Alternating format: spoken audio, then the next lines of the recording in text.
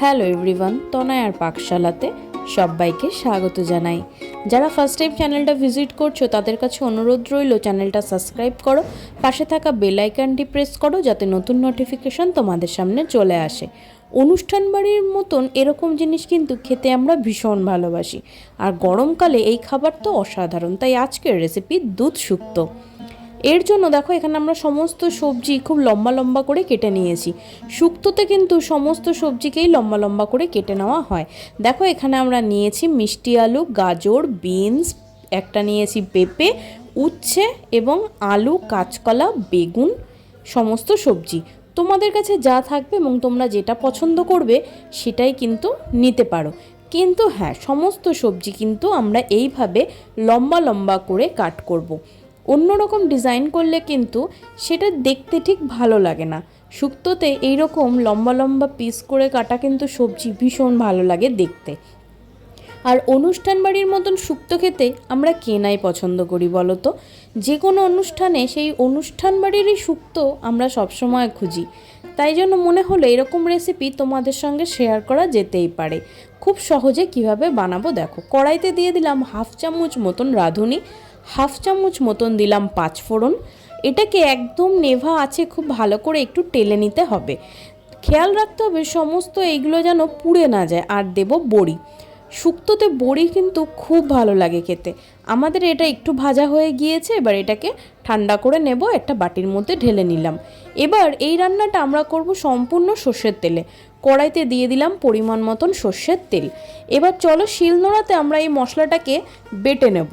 তোমরা চাইলে কিন্তু মিক্সার গ্রাইন্ডার ব্যবহার করতে পারো, তাতে কিন্তু কোনো অসুবিধা নেই। চলো এটাকে ভালো করে একটু গুঁড়ো করে নিই। ঠান্ডা হয়ে গেলে এটাকে শিলনোড়াতে আমি দেখো এইভাবে কিন্তু সম্পূর্ণটা গুঁড়ো করে নিলাম। এটাকে তুলে রাখলাম, দেব কষানোর সময় এবং লাস্টে নামানোর আগে। এই মশলাটা দিলে কিন্তু শুক্তো খেতে ভীষণ ভালো লাগে। গরমকালে শুক্তো ভীষণ আমাদের ভালো কিন্তু খেতে লাগে, তিতো যে কোনো জিনিসই। এবার চলো কড়াইতে তেল দিয়ে, তেল তো খুব সুন্দর আমাদের গরম হয়ে গিয়েছে, তার মধ্যে সেই বড়িগুলোকে আমরা দিয়ে দেবো। এখানে আমরা বিউলির ডালের বড়ি ইউজ করছি। দেখো বড়িগুলোকে গোল্ডেন ব্রাউন কালার অবধি ভাজলাম। এবার এগুলোকে তুলে নেব সম্পূর্ণ বড়ি তেলের থেকে। এবার সমস্ত সবজিকে কিন্তু আমরা আলাদা আলাদা করে ভাজবো। এটাকে কিন্তু একটু ধৈর্য ধরে এইভাবে ভাজতে হবে। দেখো উচ্ছের দানা আমরা এখানে ইউজ করব না, উচ্ছেটাকেও আমরা এইভাবে লম্বা লম্বা করে কেটে নিয়েছি। দিলাম অল্প একটু নুন, দিয়ে কিন্তু একটু ভালো করে বেশ গোল্ডেন ব্রাউন কালার হওয়া অবধি কিন্তু ভাজবো না, একটু ট্রান্সপারেন্ট কালার আসলেই যথেষ্ট। এবার দেখো আমরা এখানে উচ্ছেটাকে ভাজা হয়ে গিয়েছে, এবার এটাকেও তুলে রেখে দেব।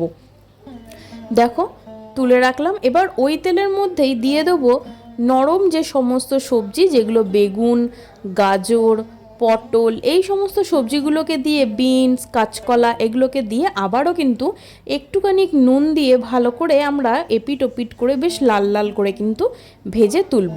ততক্ষণে দেখো শিলনোড়ার মধ্যে দিলাম 1/2 ইঞ্চি মতন আদা, আর দিচ্ছি 1 থেকে 1.5 চামচ মতন পোস্ত। চাইলে কিন্তু এখানে কাজু বাদামও ইউজ করতে পারো। দিলাম 1/2 চামচ মতন কালো সর্ষে, তোমরা চাইলে কিন্তু সাদা সর্ষে ব্যবহার করতে পারো। এবার দেখো ওই ভাজাটাও তুলে রাখলাম। এবার এই কড়ার মধ্যে ওই তেলের মধ্যে দিলাম মিষ্টি আলু, দেখো তুলে রেখে দিয়েছি। দিলাম মিষ্টি আলু, সজনে ডাঁটা আর পেঁপে, আর দিয়েছি আমাদের নর্মাল আলু। এগুলো একটু শক্ত জাতীয় জিনিস, তাই জন্য এগুলোকে লাস্টে দিয়ে একবারে সম্পূর্ণটা ভেজে, অবশ্যই নুন দিয়ে ভেজে নিয়েছি। আর দেখো এখানে মশলাও আমাদের বেটে রাখা হলো। এবার এটাকে একটু বাটির মধ্যে তুলে রাখবো। এবার আরেকটু তেল দিয়ে ওর মধ্যে দিয়ে দিলাম পরিমাণ মতন একটা তেজপাতা, দিলাম রাঁধুনি ফোড়ন, আর দিচ্ছি একটা শুকনো লঙ্কা। তোমরা বলতে পারো যে শুক্তোতে শুকনো লঙ্কা যায় না বা কোনো রকম ঝাল যায় না। তোমাদের আমি বলবো এই শুকনো লঙ্কাটা কিন্তু কোনোভাবে পুড়িয়ে ফেলো না, একদম শুধুমাত্র সৌন্দর্যের জন্য দেওয়া। সেই মশলাটা দিয়ে দিলাম, আর দিলাম 1 চিমটি মতন হলুদ দিয়ে কিন্তু সমস্ত যে ভাজা সবজি ছিল সেটাকে দিয়ে কিন্তু আমরা মশলাটাকে কষাবো। আলাদা করে মশলা কষানোর কোনো প্রয়োজন নেই। তোমরা বলতে পারো এই সবজি দিয়ে যে কষানোর সময় হলুদ কেন ব্যবহার করলাম। দেখো এখানে কিন্তু আমরা ভাজার সময় নুন দিয়েছিলাম সবজিতে, তাই নুনটা একটু অ্যাডজাস্ট করে দিও। এখানে হলুদ দিলে আমার মনে হয় দুধ দেওয়ার পর যে সুন্দর একটা কালার আসে, সেই কালারটা কিন্তু খুব ভালো লাগে। এবার দিলাম পরিমাণ মতন জল। এটাকে খুব বেশি কষার কিন্তু কোনো প্রয়োজন নেই, তাহলে কিন্তু আদা এবং রাঁধুনি বাটার যে গন্ধটা সেটা সম্পূর্ণ উড়ে যাবে। এটার একটা ভাজার গন্ধ চলে যাবে, যেটা খেতে ভালো লাগবে না। দেখো একটু 5-10 মিনিট নাড়িয়ে চাড়িয়েই কিন্তু এর মধ্যে আমরা পরিমাণ মতন জলটা দিয়ে দিলাম, আর শুকনো লঙ্কা কিন্তু পোড়েনি। এখানে দেখো রুম টেম্পারেচারে রাখা দুধ আমরা বেশ খানিকটা নিয়েছি, আর হাফ চামচের থেকেও কম দিলাম ময়দা। এটা দেওয়ার কারণ বলছি। ঢাকা চাপা দিয়ে গ্যাসের ফ্লেমটাকে মিডিয়াম টু লোতে রাখলাম। দেখো আমাদের এখানে সবজি কিন্তু 90% কুক হয়ে গিয়েছে। 10% যেটুখানি বাকি আছে দিয়ে দিলাম ভেজে রাখা বড়িগুলো। এই পজিশনেই দেব। আগে যদি দিতাম তাহলে বড়ি ফুলে যেত এবং ভেঙে যেত, সেটা কিন্তু দেখতে ভালো লাগতো না। শুক্তোতে কিন্তু দুধের মধ্যে আমরা যেহেতু ময়দা দিয়েছি, সেহেতু দেখো এখানে দুধ কিন্তু একটুও ফেটে যাবে না। সেটা তোমাদেরকে আমি দেখাচ্ছি। তোমরা ভাবতে পারো যে এখানে ময়দা কেন ইউজ করা হলো।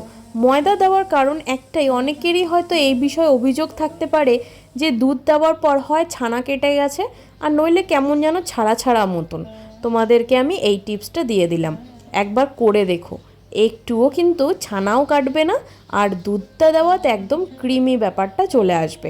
তোমাদের দেখিয়ে দিয়েছিলাম যে পেঁপে টেপে আলু সমস্ত কিছু কিন্তু আমাদের সবজি সিদ্ধ হয়ে গিয়েছে। এবার গ্যাসের ফ্লেমটাকে বাড়িয়ে দিয়ে সেই দুধটাকে দেখো আমরা দিয়ে দিয়েছি। এই অনুষ্ঠান বাড়ির শুক্তো কিন্তু একটু মিষ্টি মিষ্টি খেতে ভীষণ ভালো লাগে। খুব বেশি তিতো কিন্তু কারোরই পছন্দ হয় না, তাই জন্য মিষ্টিটা তোমরা তোমাদের মতন অ্যাডজাস্ট করে দিও। দেখো ঢাকা চাপা আর দেবো না, এখানে কিন্তু সমস্ত সবজি সিদ্ধ হয়ে গিয়েছে এবং বড়িও খুব সুন্দর মতন ফুলে গিয়েছে জল টেনে। দেখো আমাদের এখানে দুধ কিন্তু একদম ফাটেনি, কতটা ক্রিমি, এবং যে পরিমাণে ঘনত্ব আছে ঠান্ডা হলে আরও ঘন হয়ে যাবে। এখানে কিন্তু নামানোর আগে একটু ছোট্ট জিনিস আমাদের দিতে হবে, সেটা অবশ্যই অ্যাড করতে হবে 1 চামচ মতন ঘি। এই অনুষ্ঠান বাড়ির এই শুক্তোতে কিন্তু ঘি অবশ্যই দেওয়া হয়, তাতে সেন্ট এবং খেতে স্বাদ কিন্তু দুটোই ভীষণ ভালো আসে। ওপর থেকে দিয়ে দিলাম সেই ভেজে রাখা মশলাটা, দিয়ে কিন্তু আর নাড়াচাড়া করব না। গ্যাসের ফ্লেমটাকে বন্ধ করে ঢাকা চাপা দিয়ে স্ট্যান্ডিং টাইমে রেখে দেবো। ব্যাস এটাকে পরিবেশন করার পালা। দেখো আমাদের একটা সবজিও কিন্তু ভেঙে টুকরো হয়ে যায়নি, সম্পূর্ণটাই আলাদা আলাদা রয়েছে এবং বেশ খানিকটা কিন্তু গ্রেভি আমাদের এই শুক্তোতে রয়েছে। বড়িও কিন্তু একদম গোটা রয়েছে। ভিডিওটা ভালো লাগলো? ভিডিওটা ভালো লাগলে কিন্তু চ্যানেলটা সাবস্ক্রাইব করো। আর বাড়িতে কিন্তু যখনই কোনো রকম আত্মীয় স্বজন আসবে, অবশ্যই তাদের একবার এইভাবে রেসিপিটি রেঁধে খাইও। কমেন্ট সেকশানে জানিও যে তাদের কেমন লাগলো বা তোমাদের কেমন লাগলো রেসিপিটি ভালো লাগলে অবশ্যই কিন্তু সাবস্ক্রাইব করো। দেখো আমাদের এই শুকনো লঙ্কাটা ওপর থেকে গার্নিশিংয়ের জন্য রেখেছি শুধুমাত্র, আর কিচ্ছু নয়। তোমরা চাইলে নাও দিতে পারো। ভালো লাগলো ভিডিওটা?